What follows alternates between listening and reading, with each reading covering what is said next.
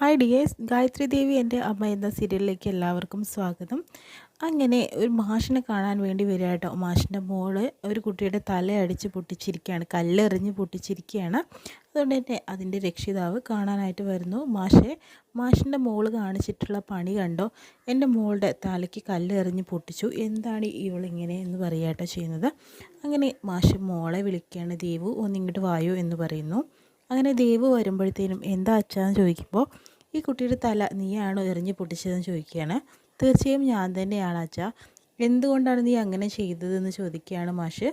അത് എൻ്റെ ബോക്സിൽ നിന്നൊരു പേന ഇവളെടുത്തു, അതുകൊണ്ട് മാത്രമാണ് ഞാൻ ഇവളുടെ തല കല്ലെറിഞ്ഞ് പൊട്ടിച്ചത് എന്ന് പറയുകയാണ്.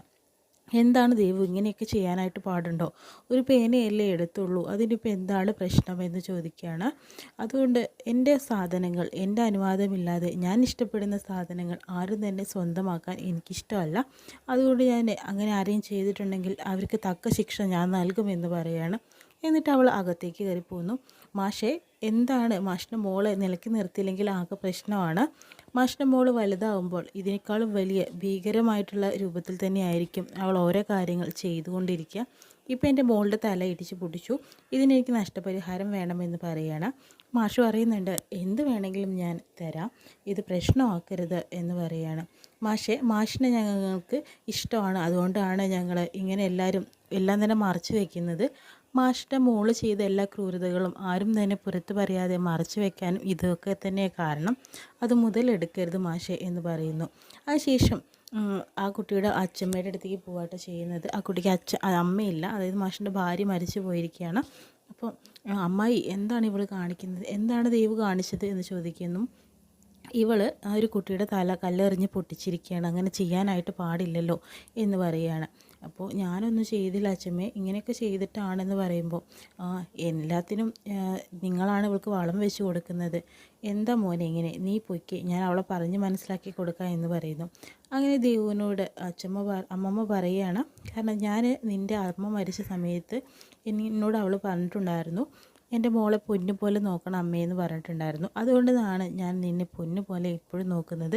നിൻ്റെ അച്ഛൻ്റെ വീട്ടിലേക്ക് ഞാൻ പറഞ്ഞയക്കാത്തത് എന്തുകൊണ്ടാണെന്ന് വെച്ചിട്ടുണ്ടെങ്കിൽ അവിടെ നിന്ന് നിനക്കൊരു സ്വാതന്ത്ര്യം ഉണ്ടാവില്ല. ഇത് നിൻ്റെ അമ്മമ്മയുടെ വീടാണ്, ഇവിടെ നിനക്ക് പൂർണ്ണ സ്വാതന്ത്ര്യമുണ്ട്, നിനക്ക് എന്ത് വേണമെങ്കിലും ചെയ്യാമെന്നും പറയുകയാണ്. അതുകൊണ്ടാണല്ലോ അച്ഛനൊന്നും അറിയാത്തത്. ഇന്ന് ഇത് എൻ്റെ വീടാണെന്ന് പറയുകയാണ് കേട്ടോ ചെയ്യുന്നത്. പിന്നീട് കാണിക്കുന്നത് ഒരു കടയിലാണ്, ഒരു തട്ടുകടയിലാണ് കാണിക്കുന്നത്.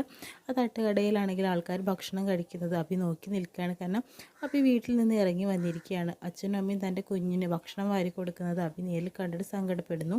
അങ്ങനെ തൻ്റെ അമ്മ തനിക്ക് ഭക്ഷണം വാരി തരുന്നതൊക്കെ ഒന്ന് ഓർത്ത് നോക്കുകയാണ്.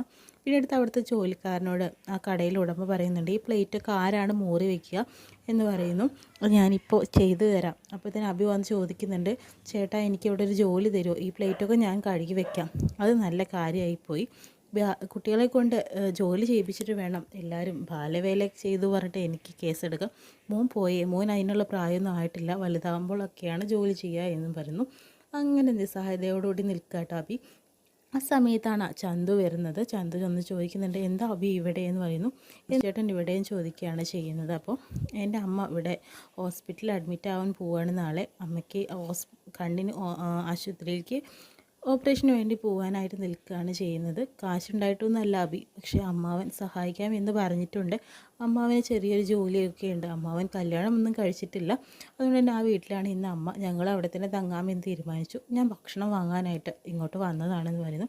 അങ്ങനെ അഭി തൻ്റെ വിശേഷങ്ങളെല്ലാം, നടന്നുപോയ കാര്യങ്ങളെല്ലാം തന്നെ പറയുന്നു. അങ്ങനെ ചന്ത് പറയുന്നുണ്ട്, അഭി ചെയ്തതിൽ തെറ്റൊന്നും പറയാൻ ഞാൻ ആളല്ല, കാരണം ഞാനും ഇതൊക്കെ അനുഭവിച്ചതാണ്. പക്ഷേ അബിക്കൊരു ജോലിയൊക്കെ പറഞ്ഞാൽ ഞാൻ എന്താ ചെയ്യുക, അബി അതിനുള്ള പ്രായമായില്ല, നീ കുഞ്ഞാണെന്ന് പറയുന്നു.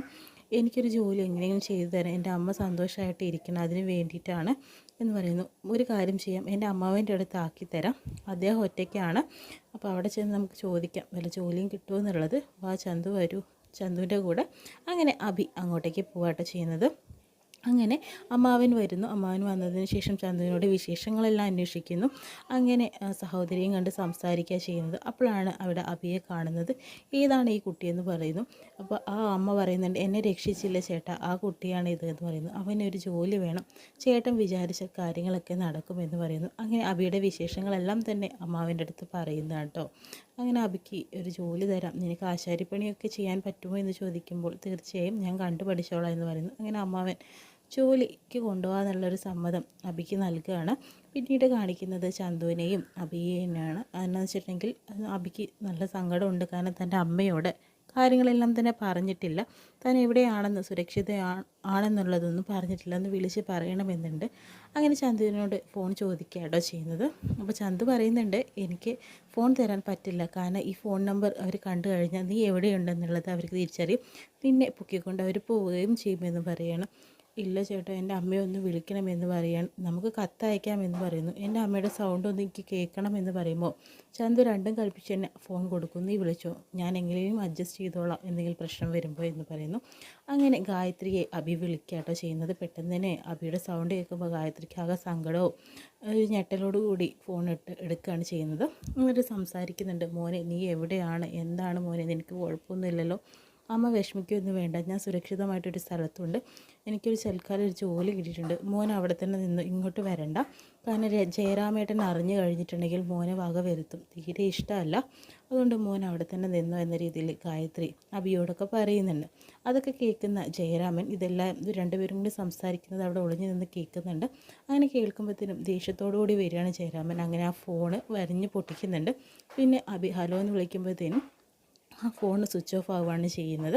അങ്ങനെ ഗായത്രിയോട് പറയുന്നുണ്ട്, നിൻ്റെ മോൻ എവിടെയാണെന്ന് നിനക്കറിയാം, നീയല്ലേ പറഞ്ഞത് അവൻ ഇവിടെ നിന്ന് ഒളിച്ചോടി പോയി എന്നുള്ളത്, അങ്ങനെയൊന്നുമല്ല സംഭവിച്ചത്, എനിക്ക് മനസ്സിലായി, നീ എന്നെ പറ്റിക്കുമായിരുന്നു അല്ലേ, എന്തിനാണ് നീ എന്നെ ഇങ്ങനെ പറ്റിക്കുന്നത്, നിൻ്റെ മകൻ അവൻ കാരണമാണ് എനിക്ക് ഇങ്ങനെയൊക്കെ സംഭവിച്ചത് എന്നൊക്കെ പറഞ്ഞ് ഗായത്രിയെ തല്ലുന്നുണ്ട് കേട്ടോ.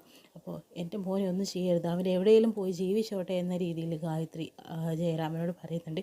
ഇനി അങ്ങനെ ഞാൻ അവനെ അങ്ങനെ ജീവിക്കാൻ ഞാൻ സമ്മതിക്കില്ല, അവനിനി ഒരിക്കലും സമാധാനത്തോടുകൂടി സന്തോഷത്തോടുകൂടി ഇനി ജീവിക്കില്ല എന്നും പറയുക. എന്തിനാണ് അവനോട് ഇങ്ങനെ ക്രൂരത ചെയ്യുന്നത്, അവനാടി എൻ്റെ ഈ അവസ്ഥയ്ക്ക് കാരണം, എൻ്റെ മോള് മരിച്ചു പോകാൻ കാരണം അവൻ തന്നെയാണ്, അതുകൊണ്ട് തന്നെ അവനോട് എനിക്ക് ഒരിക്കലും പൊറുക്കാനായിട്ട് പറ്റില്ല, അവനെ എനിക്ക് കൺവെട്ടത്ത് കണ്ട അവനെ ഞാൻ ശരിയാക്കും എന്ന രീതിയിൽ പറയുന്നു.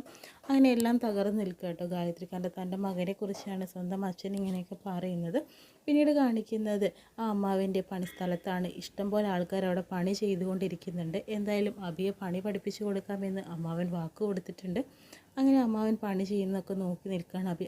അല്ലാതെ തന്നെ അവിടെ ഇഷ്ടംപോലെ ജോലിക്കാരുണ്ട്, അവരെല്ലാം തന്നെ ഈ പണി ചെയ്യുന്നതെല്ലാം നോക്കി കണ്ടുകൊണ്ടിരിക്കുകയാണ് അബി. കാരണം തൻ്റെ ജീവിതത്തിൽ ഒരു വഴിത്തിരിവാണ് ഇനി തെളിയാനായിട്ട് പോകുന്നത്. അതുകൊണ്ട് തന്നെ അബി ആ പണിയെല്ലാം തന്നെ കണ്ടു പഠിക്കുന്നുണ്ട്. ഇനി ഗായത്രിക്കും അബിക്കും എന്തായാലും ഇനിയൊരു നല്ല കാലം തന്നെയാണ് വരാനായിട്ട് പോകുന്നത്.